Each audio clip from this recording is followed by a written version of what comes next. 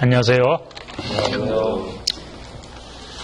오늘은 3장 이제 나머지 부분 하겠습니다. 지난주 시간까지는 2장 1절부터 3장 6절까지 했죠. 그래서 5개 소위 controversy stories를 했어요. 그래서 그 막이 끝나고 난 다음에 이제 예수님이 이제 피하는 거죠. 뭐 피했는지 어떻든 그쪽 일은 끝나고 예수님이 다시 갈릴리로 돌아가요. 그러니까 사람들이 이제 많이 모여들고 그러는 가운데 오늘의 이제 그 중심 스토리는 그 3장 20절부터 35절 사이에 있는 누가 하나님 나라 안에서 식구가 되겠나 하는 이제 그런 얘기예요. 근데 그 사이 그 문학적인 구조가 재밌기 때문에 우리가 그것도 살펴볼 겁니다. 그래서 오늘은 대항 공동체 그렇게 얘기할 텐데 사람들이 이 예수님한테 많이 모여들죠. 그 갈릴리를 중심으로 해서 사방 동서남북 사방에서 몰려들어요. 사실 동서남북이 아니라 그게 이제 시계로 말하면 어떻게 되나 1시, 2시 방향, 8시 방향, 4시 방향, 뭐 10시 방향 이런 식으로 갈릴리를 중심해서 밑에 예루살렘, 유다 그 다음에 이제 한 4시 방향으로 보면은 거기 에돔이 있죠. 그 당시 이제 이두메아라고 불렀지만은 그리고 한 2시 방향 그쪽에 보면은 그게 요단강 거기서 요단강 건너편 하면은 그 말이 재밌어요. 사실 팔레스타인 자기네 땅에 있을 때 거기서 요단강 건너편 하면 요단강 동쪽이죠. 그래서 이 사람들이 beyond Jordan 요단강 건너편 하면 동쪽을 얘기하는 거예요. 재밌는 게 모세가 요단강 건너편에서 설교하면서 요단강 건너편하고 얘기하죠. 그건 뭐냐면 쓸 당시에 벌써 안에 있었단 소리예요. 그런 재밌는 표현이 있는데 어떻거나 그 다음에 이제 들어오며 시돈하는 거는 한 10시 방향쯤 되겠네요. 그래서 사방에서 이제 사람들이 몰려오는데 사실 예수님이 그 당시 보면은 한 번밖에 예루살렘에 안 가잖아요. 근데 그동안에 예루살렘, 유다, 에돔 이 사방으로 다 다녔을까? 그거 이제 좀 그렇죠. 그래서 이 생각이 아마도 당시 이제 70년대에 마가 공동체가 가지고 있던 관심사를 반영하지 않을까. 실제 이 사람들이 얼바인에서 차 타고 교회 오듯이 이게 에돔에서 거기까지 2박 3일 걸어오는지 어떤지는 모르지만은 이 사람들의 이제 관심사를 나타낸다고 이렇게 볼 수가 있어요. 예수님이 지향하는 그런 이제 대항 공동체 그거는 뭐냐면은 당시에 지배체제 하에서 소위 특별히 고대운동 지중해 연안에서는 사회 구성원이 기초가 가족이라고 그랬어요. 그 다음에 그 가족과 가족이 이어져 가지고 어떤 이제 extended family를 해고 그런 줄을 계속 이어갖고 온 사회가 아주 그물망처럼 촘촘하게 이어졌다고 그랬어요. 그러니까 통치하기가 좋죠. 그러니까 그거는 소위 꼭대기 있는 사람만 베네핏을 갖잖아요. 그래서 그러한 혈연 지연을 중심으로 해서 부와 권력이 한쪽에 모여있는 그런 체제 말고 하나님 안에서 전부 같이 잘 살 수 있는 것이 없을까 하면서 그런 운동을 펼쳐나갔다고 그랬어요. 어떻든 이렇게 사방에서 사람들이 몰려왔다는 거는 그 당시에 만연한 로마의 그런 억압적인 사회 안에서 사람들이 예수의 메시지를 공감했다는 것을 최소한 볼 수가 있죠. 그럼 그 사람들이 다 예수님을 쫓아왔느냐? 사실 가장 가까운 데서부터 예수는 배척을 당하죠. 가족한테 배척당하고 이웃 그렇게 쫓아다니던 그런 갈릴리 이웃에서도 배척을 당하고 나중에는 제자들도 예수를 버리고 도망가지요. 그런데 이제 예수님이 이제 12 제자를 부르는데 그 당시에 예수님이 제자를 부를 당시에 벌써 요한은 제자가 있었죠. 요한복음에 보면은 요한의 두 제자가 예수를 찾아왔다 그러고, 그 다음에 마가복음 2장에서도 보면 왜 바리새인의 제자며 요한의 제자는 금식하는데 네 제자는 안 그러냐 이런 얘기를 하는 거 보면은 바리새인이고 요한이고 다 그 제자를 그 팔로워즈가 있으면서 어떤 그 운동을 하고 있었다 이게요. 근데 그게 전체적으로 당시 소위 그 restoration movement, 그러니까 본래 그러니까 어떤 renewal, 그런 운동이 여기저기서 일어났다는 걸 볼 수 있습니다. 오늘 제자 얘기를 먼저 할게요. 이미 우리가 1장인가 그 예수의 복음 내용을 할 때 CCC를 통해서 얘기했듯이 제자를 부른 내용이 예수의 복음을 담고 있어요. 이 성경의 그 구조에서 보면은 제자를 불렀는데 첫 번째 뭐를 하기 위해서 이런 구절이 있어요. In order that, in order for 이렇게 두 가지 이렇게 있는데 그렇게 보면은 이제 두 개예요. 그런데 하나는 두 번째 거는 또 나눠지니까 그래서 전체적으로 세 개로 볼 수 있어요. 먼저는 자기와 함께하고 예수와 함께한다는 소리죠. 제자들이 그냥 무슨 학원처럼 공부 가르칠 때만 와갖고 프라이데이 저녁 때 이렇게 그냥 잠깐 공부하고 마는 게 아니라 늘 같이 살았다 얘기죠. 그거는 뭐를 얘기하냐면 어떤 생활 공동체를 의미를 해요. 그런데 왜 12일까 그럼? 이 12명이 이스라엘의 12부족을 상징한다는 건 그건 뭐 사람들 많이 알아요. 근데 모르는 거는 특별히 이제 교회에서 그러지만 이 이스라엘 12부족을 골랐던 것처럼 이제는 12사도, 12제자를 불러가지고 그러니까 크리스티아니티가 유대교를 갖다가 리플레이스한다. 이러한 식으로 얘기를 하는데 그거는 아니에요. 예수님도 유대인이고 12제자들도 유대인이에요. 그러면 이 12이 상징하는 거는 이걸 confederacy, 어떤 연합체제죠. 연합국가 모양으로 어느 한 저기가 슈퍼파워가 다 다스리는 게 아니라 그 12부족이 같이 언약 관계에서 공동으로 산다 얘기예요. 이스라엘 백성들이 애굽에서 나오고 난 다음에 가나안 땅에 들어가니까 그 당시에는 거기서 왕권이 있는 그 왕권 체제라고요. 지배 체제죠. 근데 그런 식으로 살지 말고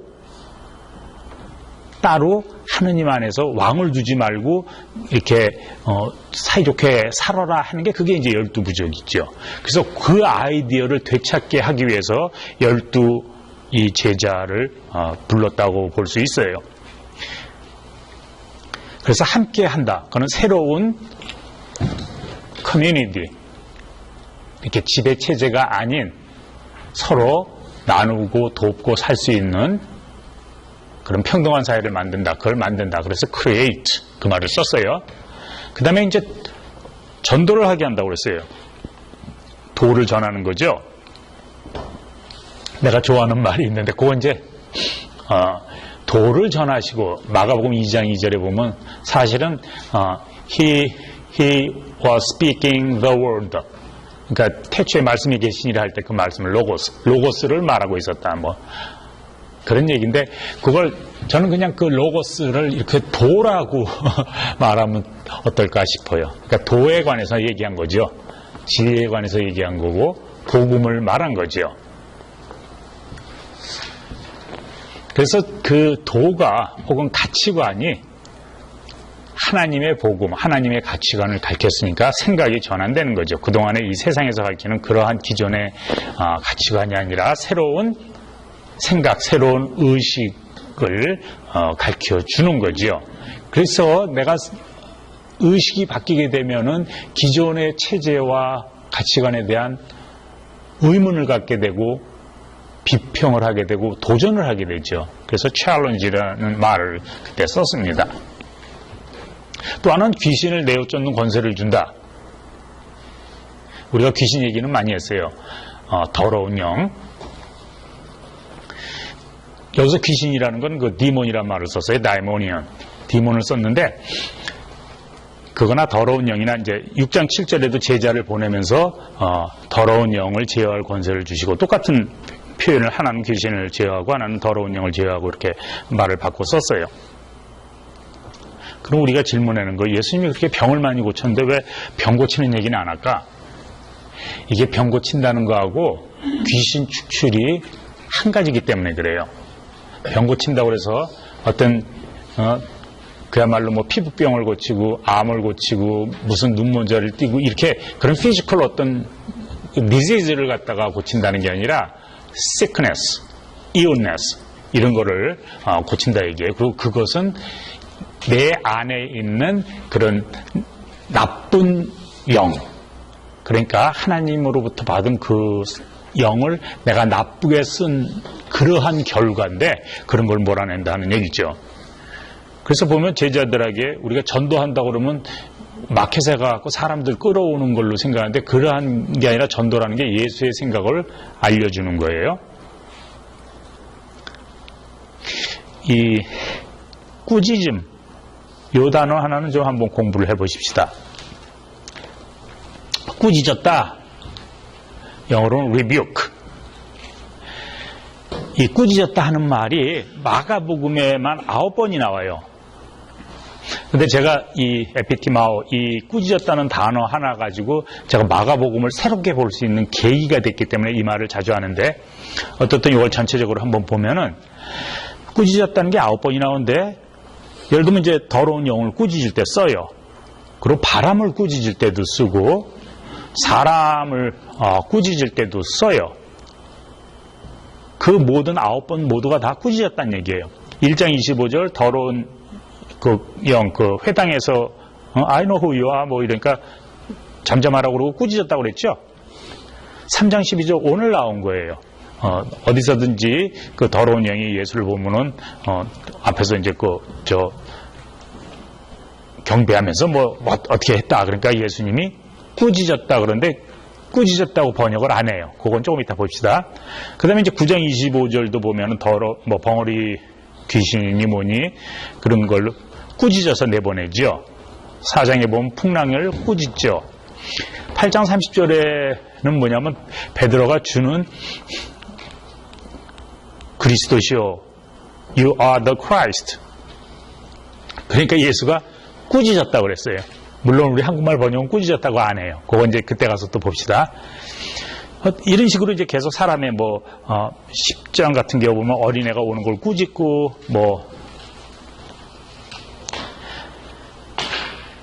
그런데 더러운 영은 다 꾸짖었는데 유독 3장 12절에서만 경계했다. 그렇게 말을 하네요. 그거 왜 그랬을까? 아마도 그 더러운 영이 예수를 알아보는 게 기특해가지고 그래서 그걸 꾸짖지 않고 그냥 경계했다. strictly warned. 그렇게 번역을 하곤 해요. 학계에서는 무엇보다도 메시아 비밀이라는 게 있어요. Messianic Secret. 이 마가복음의 초반 부분은 예수가 메시아임을 자꾸 이렇게 숨겼다. 그런 얘기를 해요. 그 다음에 나중에 8장 32절인가 33절부터 보면 내가 이제 예루살렘에 올라가면은 제사장이며 장로며 서기관들이며 이 사람들한테 고난을 받고 죽을 텐데 3일 있다가 일어난다고. 이제 그때 비로소 메시아임을 나타낸다 얘기죠. 이런 그 메시아닉 세크레트 요거가 브라더 거에 아마 약 100여 년 전에 그 학설이 나왔는데 거의 마가복음 전역을 그냥 강탈을 했죠. 그래서 사람들이 대부분 지금의 그 커멘터리도 보면 거기서 안 벗어나요. 거의 안 벗어나요. 저도 안 벗어났었죠. 근데 어느 날 성경 공부하다 보니까 벗어나게 되네요. 그런데 이제 퀘스천이 있어요. 이 경계하다 특별히 그 지금 세 번은 한국말이 경계하다로 번역을 했는데 거기 빨간색으로 한 거예요. 귀신이 더러운 영이 예수는 하나님의 아들이다. 이런 고백을 했을 때 경계했다고 그랬어요. 근데 똑같은 말을 1장에서는 꾸짖었다고 그랬다고요. 그리고 베드로와 관련된 거는 또 꾸짖었다는 말을 안 하고 경계했다고 그러고, 왜냐하면 베드로는 아주 착한 사람 아니에요. 근데 마가복음에서는 꾸짖었다고 그러고 마태복음에서는 경계했다고 그래요. 그거 이제 이따 또 한번 봅시다. 이렇게 마태복음, 마가복음이 다른데 마태복음의 눈으로 마가복음을 읽으면은 번역이 달라질 수 있죠.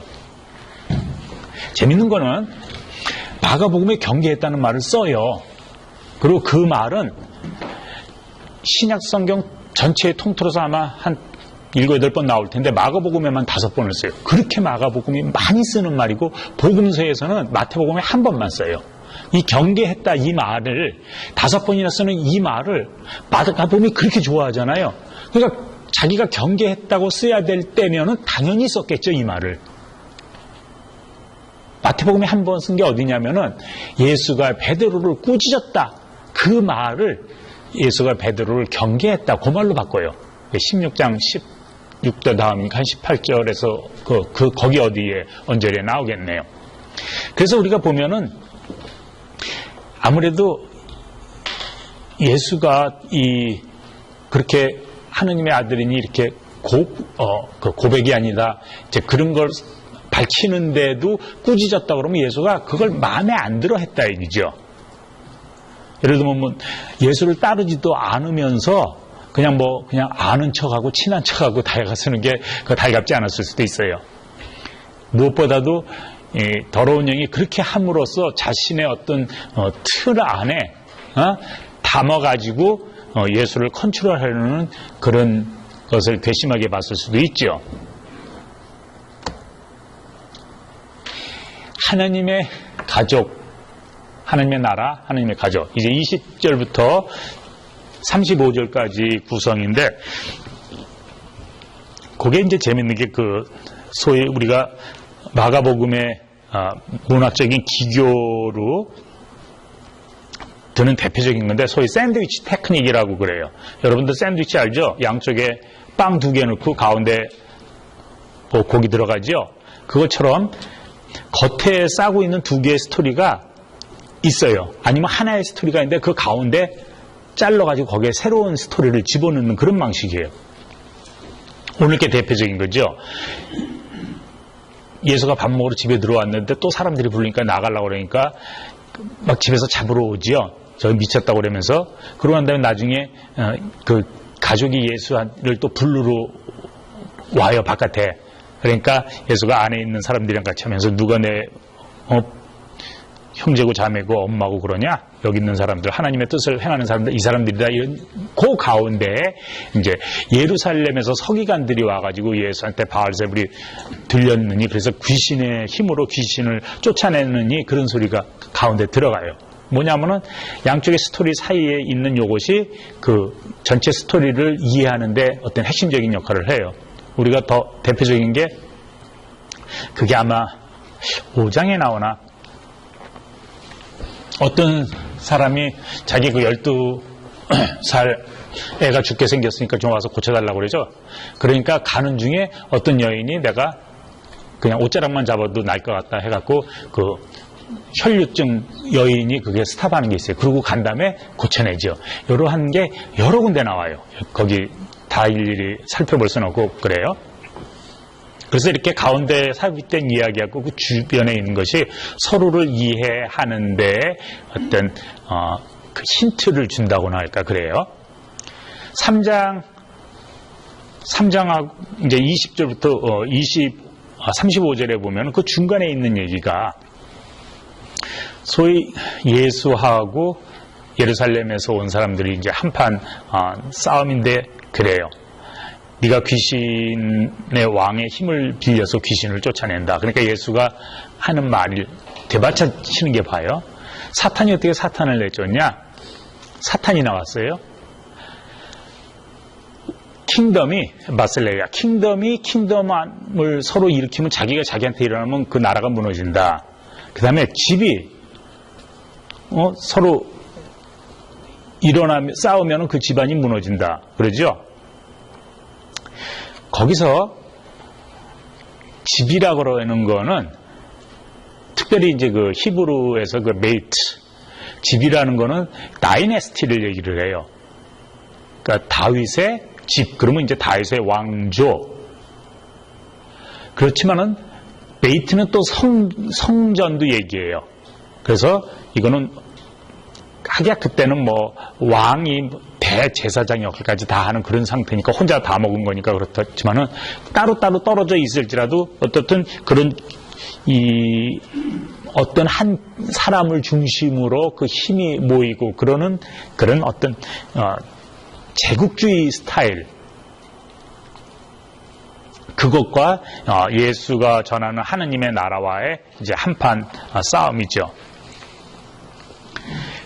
그런데 이 소위 지배체제에서 있는 사람이 자기네들한테 누가 덤볐을 때 꼭 써먹는 수법이 있어요. 귀신 들렸다 그거 아니에요. 그건 뭐냐면 자기네들은 신의 부름을 받아서 왕의 자리에 가 있고 제사장의 자리에 가 있고 너희들을 이렇게 통치할 수 있는 자리에 있는데 그런 우리들한테 네가 들고 일어나는 거 보면 너는 귀신 들렸기 때문이다. 이건 늘 해먹는 수법이죠.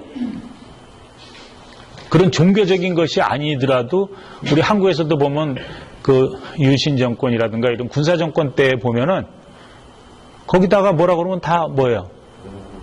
빨갱이라고. 그 거기 빨간색으로 써 있잖아요. 교회에서도 교회 예를 들면 뭐 목회자한테 뭐라 그런다든가 혹은 교단에 뭐라 그러면 이단으로 몰아치지요. 그러니까 이건 늘 써먹는 수법이에요. 그렇게 함으로써 효과가 뭐냐면은 그 사람의 한 일을 폄하할 뿐만 아니라 그 사람과 뜻을 같이 하는 사람들에게 메시지를 전하는 거죠. 까불지 마. 그 예수님이 이제 거기서 한 말이 유명한 말이 있어요. 용서받지 못할 죄. 성경에 하나 나오는 거예요. 그래서 이 다른 데서도 보면 뭐 성령을 거스리는 죄는 용서받지 못하고 그렇게 나오는데 오늘 용서받지 못할 죄가 뭔가 그것을 한번 살펴보려고 합니다. 일단은 성령을 거스르는 죄인데 그건 뭐냐면 성령이라는 건 하느님의 뜻을 말해요. 그러니까 하느님의 뜻에 저항하는 거 그런 거는 뭐가 있어요? 아까 12 제자를 불렀을 때 그건 뭐냐면 12 사람들이 함께 공존하면서 살 수 있는 그러한 세상을 원했는데 누군가가 하나가 딱 와갖고 중앙집권을 해갖고 다 먹잖아. 그러니까 그런 건 하나님의 뜻에 거슬러나는 거예요. 그런 건 용서 안 되는 거예요. 여기서는 이제 그 제도적인 거예요. 싸움이에요. 그래서 예루살렘에서 그 대표로 서기가 들여오고 예수님하고 한판 붙는 거죠. 오늘 말을 잘 분석해 볼 필요가 있는데 이게 누구한테 하는 말인가? 한번 나가보면 3장 28절이라도 읽어보고서 보십시다. 3장 볼게요. 내가 진실로 너에게 이르노니 사람의 모든 죄와 무릇 회방하는 회방은 사하심을 얻되 성령을 회방하면은 안 된다.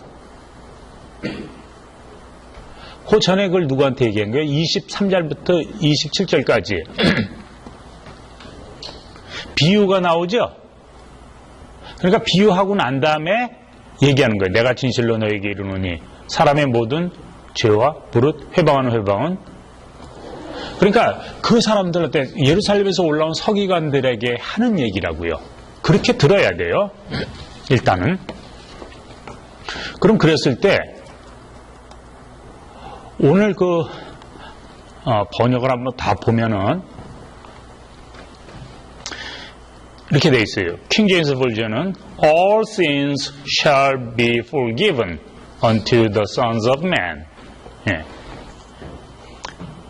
NIV 교회에서 많이 보는 거 People can be forgiven all their sins. People will be forgiven for their sins. 개역 사람의 모든 죄는 사하심을 얻되 표준세 번역, 사람들이 지은 모든 죄는 용서를 받을 것이다. 공동 번역, 사람들이 어떤 죄를 짓든 다 용서받고. 그럼 뭐예요? 사람들이 지은 죄지요. 요걸 다음에 넘어갔다가 다시 올게요.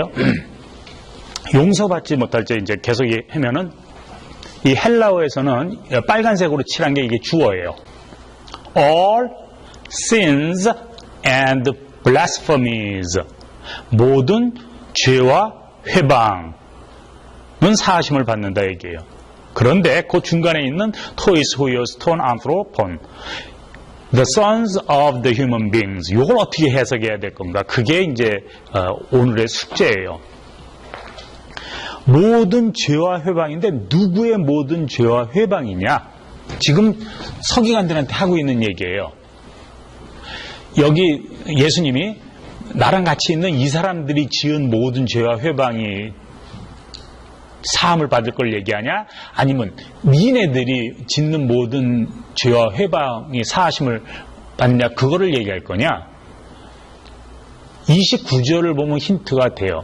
모든 죄는 사함을 받아도 성령을 회방하는 건 사함을 못 받는다. 만약에 이 갈릴리 사람들, 예수를 따랐던 무리들을 두고 하는 거라면 이들이 지은 모든 죄는 사함을 받아도 이들이 성령을 회방하면 사함을 못 받는다. 그게 무슨 예루살렘에서 온 그 서기관들한테 무슨 관심사가 되겠어요? 그죠? 그러니까 이게 누구 죄일 거냐 한번 물어봐야 돼요. 근데 번역은 늘 두 가지 가능성이 있어요. 제가 이제 질문하는 거는 지금 영어도 그렇고 한국말도 그렇고 모든 번역이 전부 다 그 모든 죄를 사람들이 지은 모든 죄로 봤어요. 물론 그 사람들 안에 예루살렘에서 온 서기관이 들어갈 수도 있겠죠. 그런데 예루살렘에서 온 서기관을 대상으로 하고 둔다고 봤을 때 두 가지 가능성이 있는 거예요. 지금 모든 죄와 회방은 모든 죄와 blasphemy, 회방은 뭐 slander 뭐라고 해야 될지 그런 거는 이제 신성모독이죠. 그거는 사하심을 받는데 누구에게? 사람들에게 있어서 모든 거는 사하심을 받는다. 굉장히 일반적인 거예요.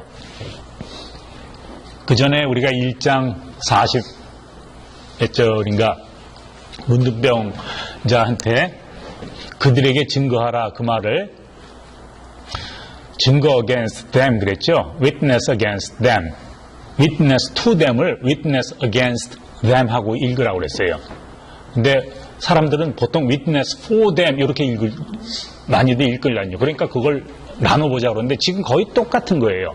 그래서 만약에 이걸 against them으로 읽으면 어떻게 되냐?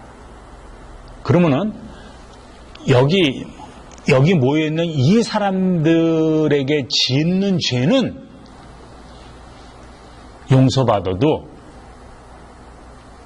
이 사람들의 뒤에 버티고 있는 그 성령의 짓는 죄는 용서 못 받는다. 이렇게 해석할 수가 있는 거예요. 그것이 이제 우리가 지금 여기서 새롭게 해석하는 거고, 보통은 이 사람들이 짓는 죄는 용서받을 거다. 예를 들어서 이 사람들이 짓는 죄라는 건 뭐예요? 세금 안 내서 죄가 된 거 아니에요. 또 신성모독이라는 건 뭐냐면 성전에 11조 안 낸다가 그러면 신성모독 아니에요. 그러니까 그런 죄는 용서받을 수 있다. 그런 얘기를 할 수가 있죠. 그런데 문제는 어떻든 29절에 이어지는 얘기예요. 성령을 회방하는 죄가 그게 뭐랑 관계가 되냐?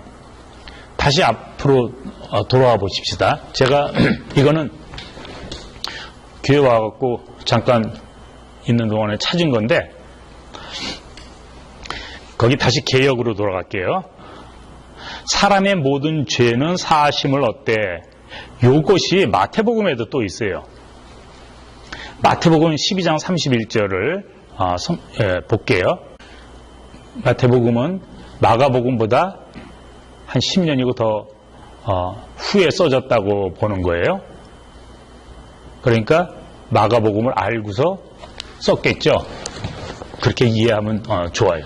거기 보면은 For this reason I say to you, all sin and blasphemy shall be forgiven to the human beings.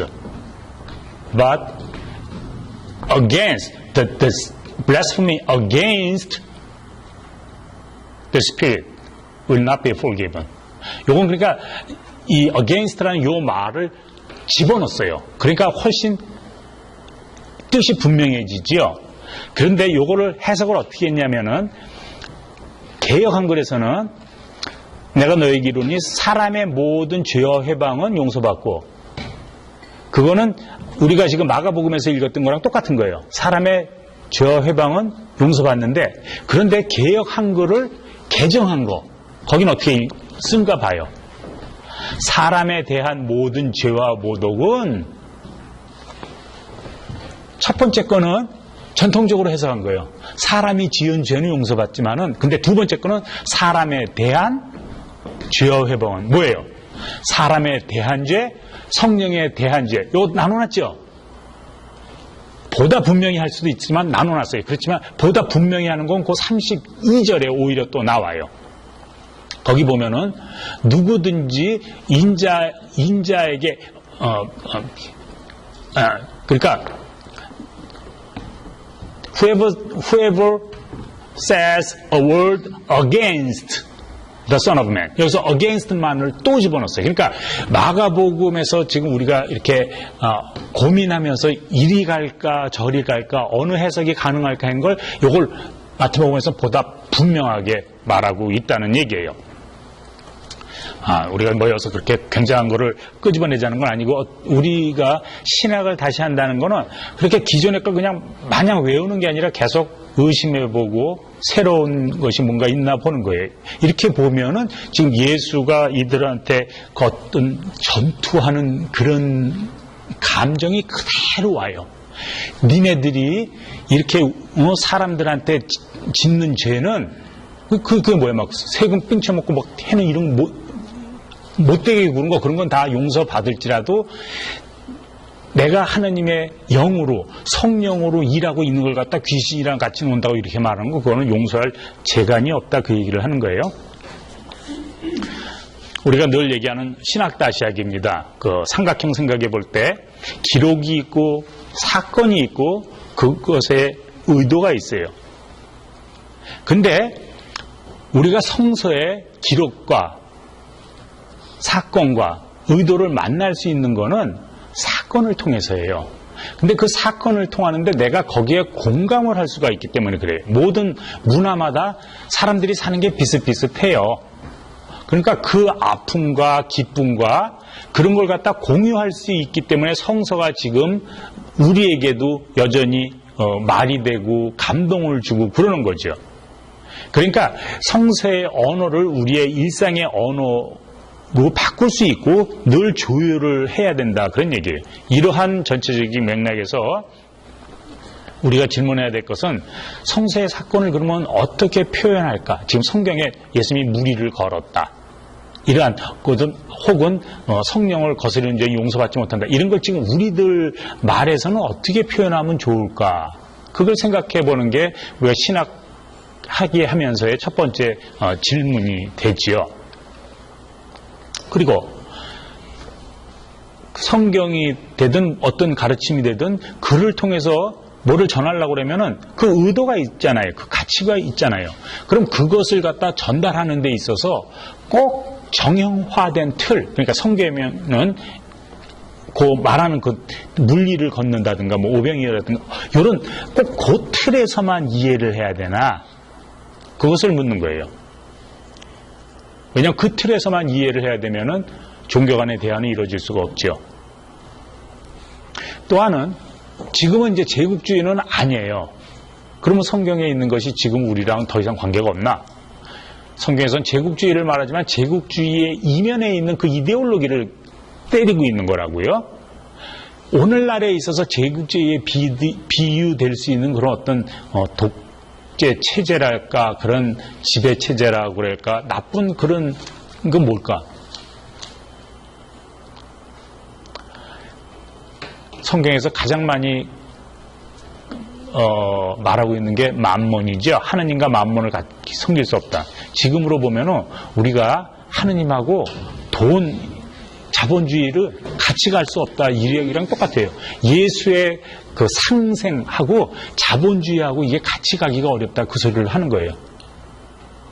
그러니까 어느 하나를 어디 밑에다 집어넣어야 돼요. 그렇다면은 우리가 그러한 길을 어떻게 만들 수 있을까? 이것이 조금 이따가 생각하기 위해서 해보겠습니다. 수고하세요.